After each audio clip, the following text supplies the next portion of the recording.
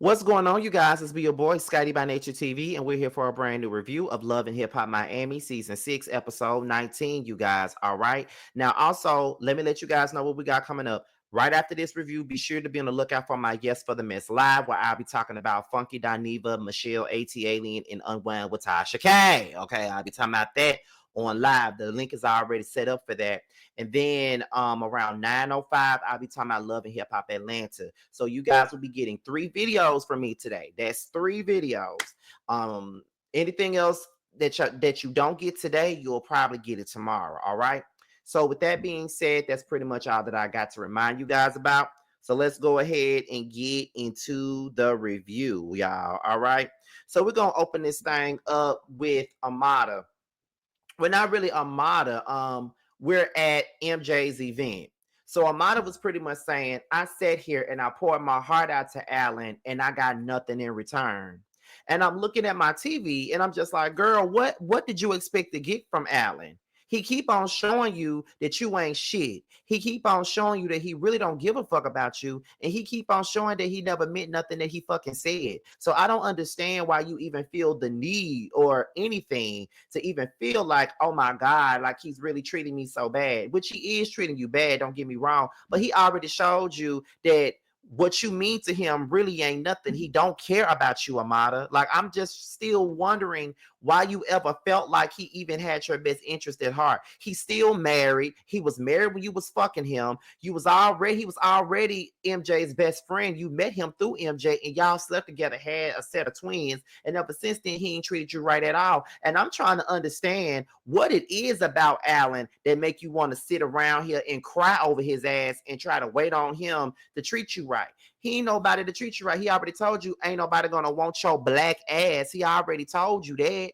So I'm trying to understand why the fuck are you sitting up here looking out, trying to see trying to see if he gonna take you back. You don't need to take him back. You already showed that you can raise your kids by yourself. He already don't do for your fucking kids. So why do you want him to be your man? Fuck that and fuck him, Amada. What is wrong with you, girl? That sounds like low self-esteem and desperation. You're desperate to have a man and you gonna settle for anything that this man gives you. Like, you just want him so bad that you will take what he's giving. And that's not the way to be. That's not the way to live. Girl, no. Like, don't nobody got time for that.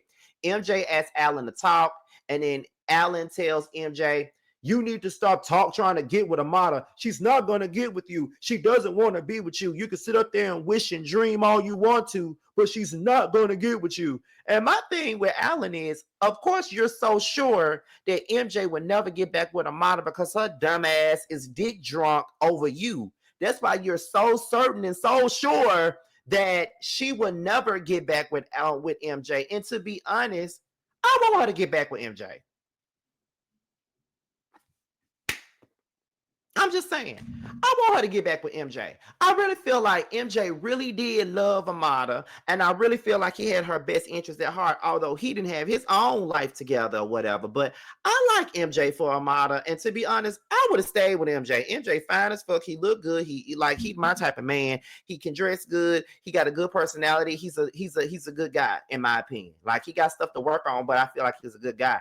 At the end of the day, he was better for Amada than fucking Allan was. So with everything that went down with Allan and MJ, Miami Tip snatched her wig off. Amada said she's tired, and Bobby said, let's go on a vacation. We're going to go to an island and we're going to get our stress off. And Miami Tip and Amada is all into agreement with that. So we get into Shay and Mike Nasty. They go out for lunch, and Shay apologizes to Mike for everything that went down at MJ's event. So Mike wanted to know what was going on. So Shay then explains the whole Amada, MJ, and Allan debacle to him because he doesn't know what's going on because he don't know these folks. So therefore, yeah, he's trying to figure out what the fuck is going on and why are we even going through this shit? Like, what is this? Like what we giving? What we talking about?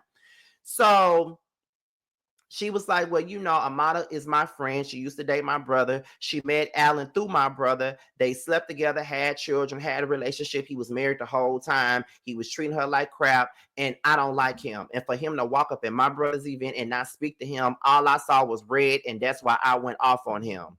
So then after that, that's when Mike said, well, it doesn't matter what was going on. In my opinion, I'm never going to be around and allow you to be attacked by any man. Like, I'm going to be down for whatever.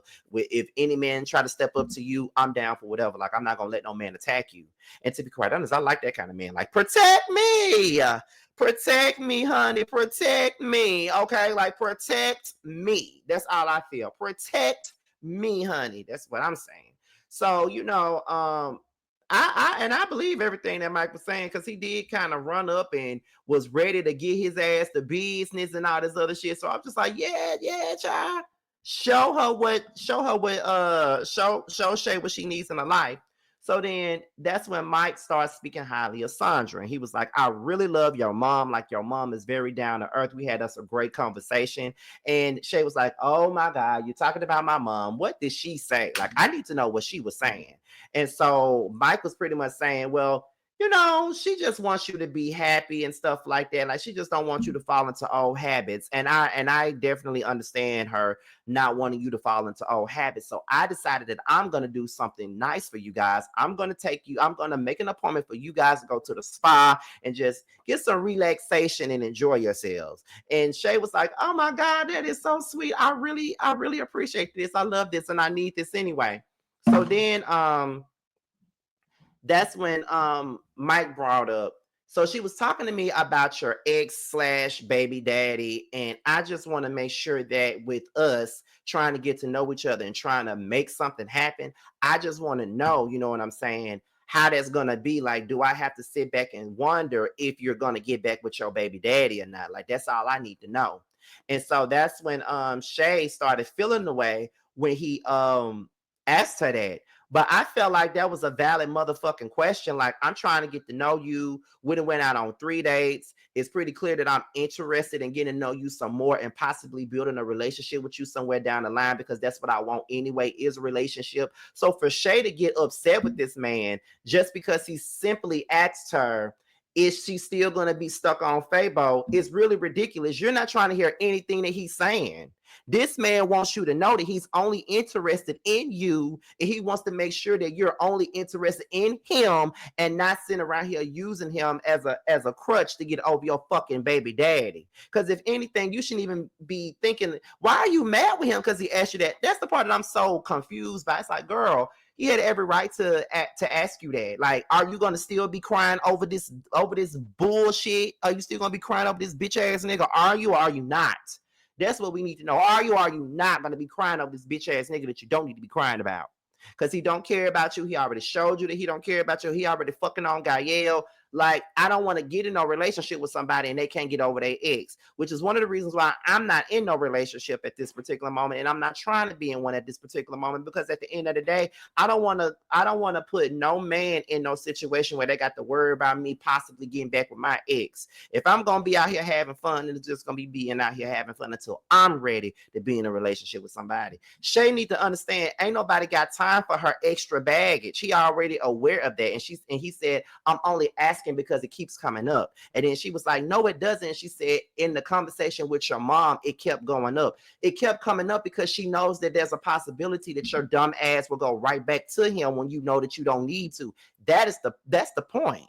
I was so confused by her being mad. This is just the man that's being upfront and telling you exactly what it is that he wants, and he's letting you know what he's not going to tolerate and deal with, and he's not going to tolerate you sitting up here crying over this nigga. Like, are you crazy?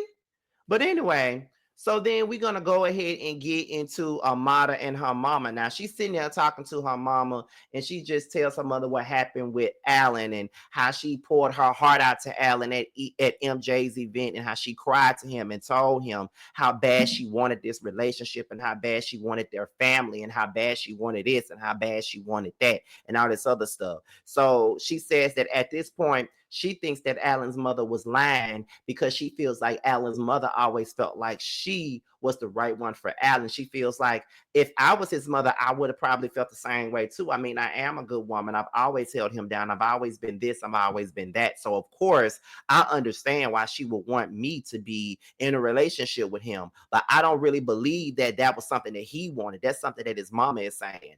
But girl, at the end of the day, whether he said it or his mama said it, it don't really matter, Amada. You don't need to be with that man. And this is the part that really was making me mad with her. When she started saying, when her mama was saying, it doesn't matter.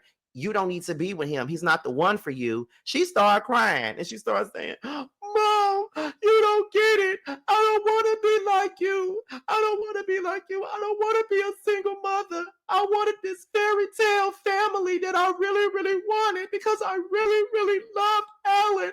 I really loved Allan, even though he called me a black ass bitch. I really, really loved Allan, even though he's still married to his wife. I really, really loved Allan, even though he doesn't take care of his kids. I really, really love Allan, although he treats me like I'm a trash bag in the healthy. I just really, really love Allan, despite the fact that he ain't shit and he's not good for me. I really wanted that fairy tale. I don't want to be alone. And that is the biggest issue with a lot of motherfuckers. You don't want to be by yourself.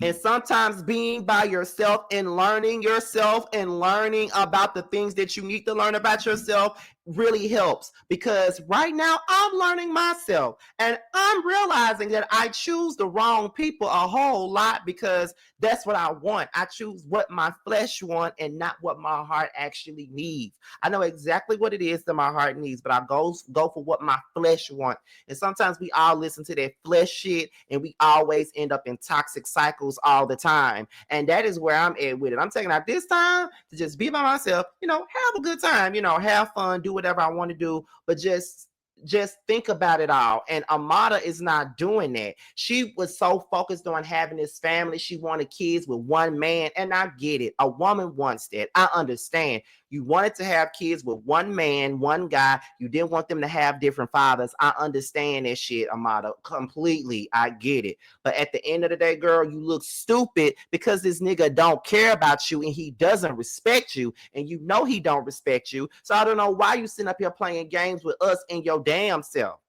Allan is not the one and he's not free. He's fucking married, Amada. For a long time on this show, a lot of us really used to hold you down and really sit here and defend your shit a lot of the times. But now I see that we were all wrong and shit. You have been fucked up ever since you got with Allan. Okay, you've been in some bullshit. You go through all kinds of stuff that you don't really have to go through, but you go through the bullshit all because you want to be with Allan and you want to do this and you want to please him. Please him for what? Like, who the fuck he's supposed to be? That be the part I don't be understanding with you, Amada. Why the fuck you trying to please him so hard? He ain't trying to please you. He don't give a fuck about you. And we've been trying to tell you that for the longest, but that's on you. It is what it is. Okay, like, Amada need to wake the fuck up for real, because this ain't no good look. So Shay and Sandre, they go to the spa. And Shay explains what happened with Allan because Sandre was like, what happened at MJ's event that made everybody want to go after each other? Like, what was that all about? And Shay started explaining he came into the event that he wasn't even invited to. He came in and didn't even speak to MJ. And that's why I went crazy on him. So then that's when Shay was like, MJ wants to be with Amada, but I just don't feel like he need to go down that road again after everything that has already happened. And so Sandre was like, I feel like both you and Amada should be treated with respect. I think y'all deserve that. But Shay doesn't think that she deserves that though, Sandre. She don't think that she deserves this at all. She likes to be treated like shit. You feel what I'm saying? So then that's when Shay says that she feels like Mike Nasty is trying to bully her into not being with Fabo. And, she feels like he don't really know her like that. And she was like, you're going to miss out on this man. This man has done nothing but try to show you that he's really down for you and really want to be with you and try to show you something different. And you sitting up here playing the fool. You feel what I'm saying? Like, I don't understand it. Like, you're sitting up here being crazy and you're not realizing what's really in front of you. but you're not gonna learn until he really, goes you know, goes a different way. Like, I don't understand it. Like, Shay's is addicted to toxicity, and that's the problem. And I'm only telling you what I know. I understand the bullshit. You know what I mean? Because I've done the shit before. Like, I'm so used to toxicity and rough ass man that when a nice guy comes along and really tries to treat me with the respect that I deserve, I don't know how to take it. So yes, I get it and I understand. So then we get into Hot Topic and Zoe. Now, Hot Topic dumbass says that she is so happy about Swerve, checking Bobby for being a messy ass bitch and all this other shit, as if she wasn't messy her damn self, as if she wasn't the one snooping around, looking around, and trying to dig into Trina's relationship. But okay, whatever. Zoe says that she's working on her makeup line, and at this point, the makeup is her priority at this point. Hot Topic says that she's shocked because whenever she listens to Zoe's music, she can hear the passion in her music. But then Zoe says, well, the beauty stuff pays my bills. At the end of the day, I've been making music since 2015 and I still ain't got my big break yet. And a lot of times that's what happened. Like when you got a passion for music and it don't really pop, that you got to find other ways to make money. And my thing is this: YouTube is definitely my passion. And I'm not going to lie, I do make good money on this motherfucker, but it ain't the kind of money I want to make. That's why I got me a 9 to 5 job with insurance benefits and things of that nature, because I always want to make sure that I'm covered on all bases: my dental, my medical, and my vision insurance. And my life insurance and my 401k. I have to make sure that I'm covered at all times. Yes, once again, my bills are paid every month, mainly because I got this YouTube check that comes on the 21st. My 9 to 5 check is really money for me to play around with, to be quite honest, buy my plane tickets and do whatever I need to with it. You feel what I'm saying? Like it does wonders for me, and that's why I'm not broke. But at the same point in time, I know what's going on. YouTube is an up and down spiral. Like right now, I'm not really up and I'm not really down. I'm I'm kind of slowly rebuilding and getting my channel numbers back up to where they normally be at. You feel what I'm saying? So like when you're doing shit like music and content creating, you're gonna have a period where it's slow and you got to get some extra money and you got to do what you got to do. That's why I never quit my job and just did YouTube full time. I always kept a job full time and did YouTube just as full time as I do my job. So it is what it is. You feel what I'm saying? I'm never gonna quit my job until I make the kind of money that I want to make. And while this money that I got is great, it ain't great enough. I can never get enough zeros. That's how I feel.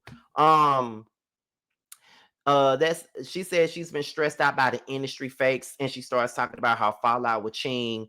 And then Zoe starts saying that she feels bad, and she texts Ching to meet up with her so they can talk. So Hot Topic says, well, I've always felt like Ching had a motive, but to be quite honest, from what I heard in the streets, she came to Miami to take your spot. So it is what it is. So I think you might need to check on it, because I think that Ching always been fake, which I feel like that too, to be honest.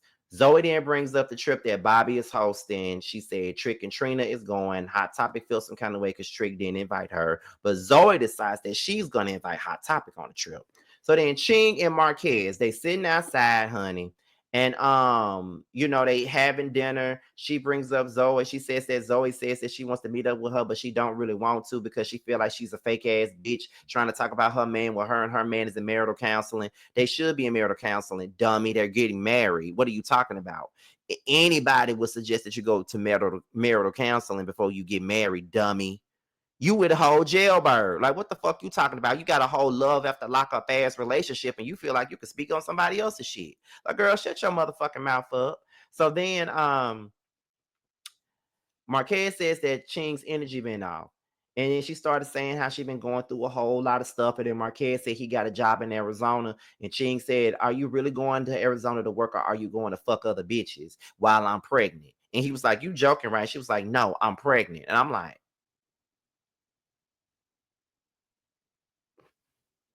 okay.